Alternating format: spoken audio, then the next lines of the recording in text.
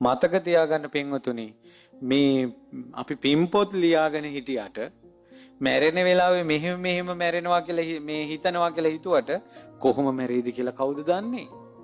අර එක අම්මා කෙනෙක් පාරේ යනකොට ලයිට් කණුවක් ඔලුවට දඩස් ගාලා වැටුනේ. දැන් මේ වෙලාවේ පින්පොත සීකර ගන්න පුළුවන්ද? කරව පින්කම් සීකර ගන්න පුළුවන්ද? බෑ.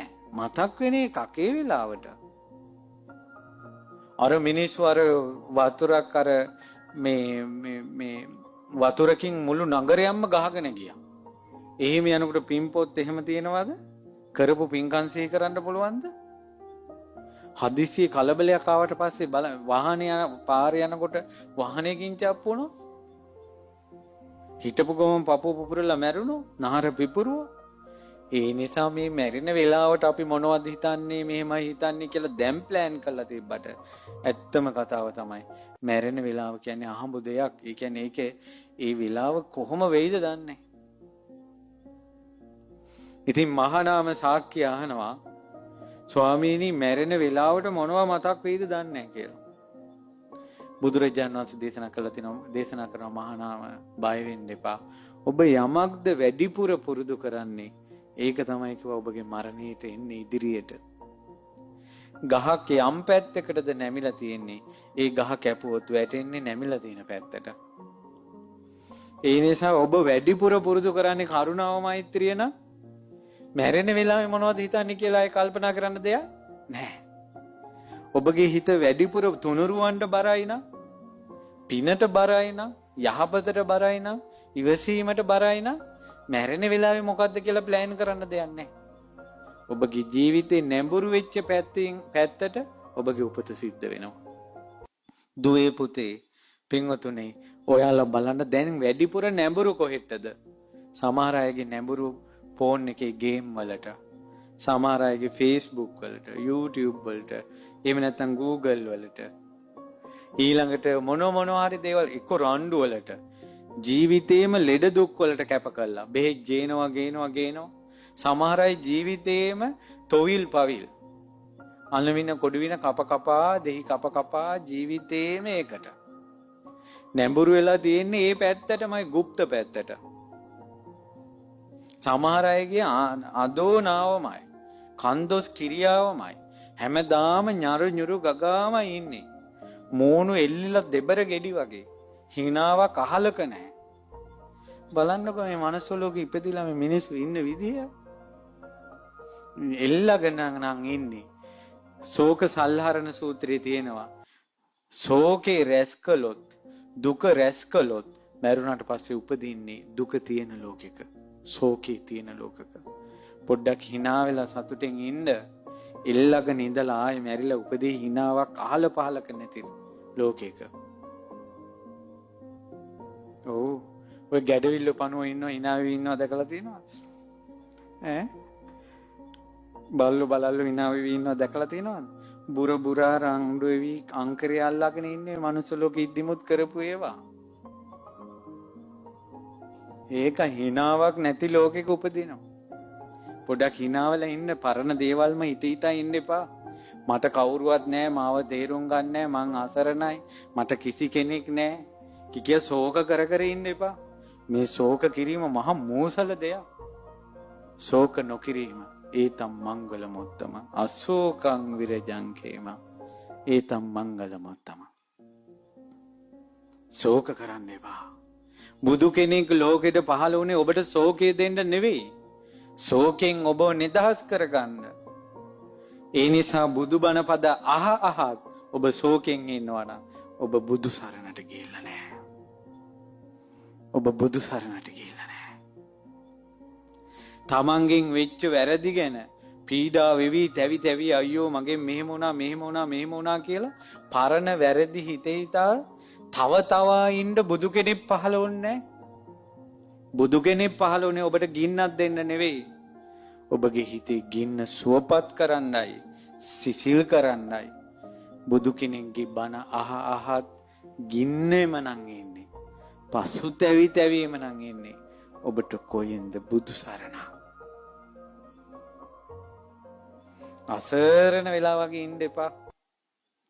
අර වඳුරු ටිකක් ගහකට එල්ලුණා වගේ ඉන්න එපා. එක පැත්තක් දිහා බලාගෙනම යදින්න එපා.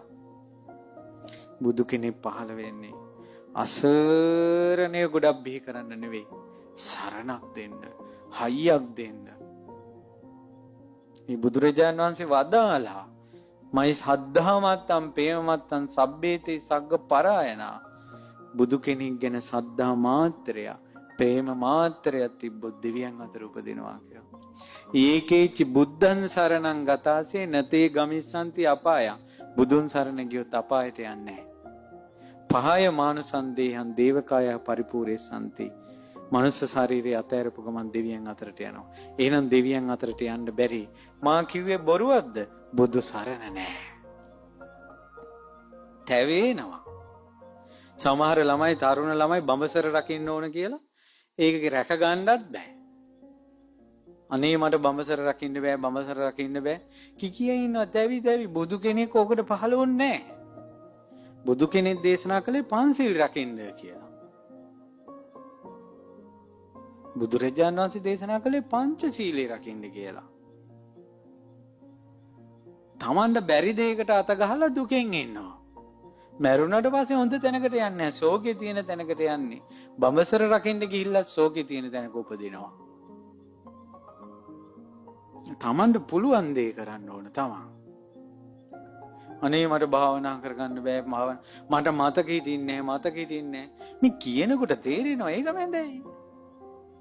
මතකී කියන එක මොකක් හරි පොම්පේකින් මේව කරන්නේ.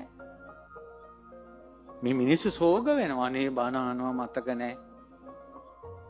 අනේ ආන්දරනේ මේ හන්දි ගැක්කුම දැන් ඒකක් කරගහපන්කෝ අපි.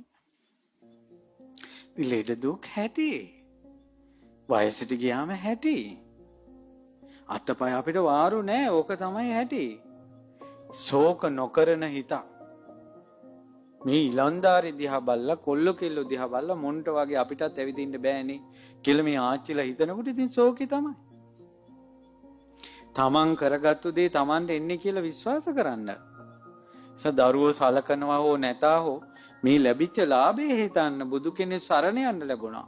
ධර්මයේ සරණ යන්න ලැබුණා. ආර්ය මහා සංඝරත්නයේ සරණ යන්න ලැබුණා. මේ ඔබගේ අතින් gadol ඇද විහෙර විහාර හදන්න ලැබුණා. මේ ස්තූපයක් හදනවානේ.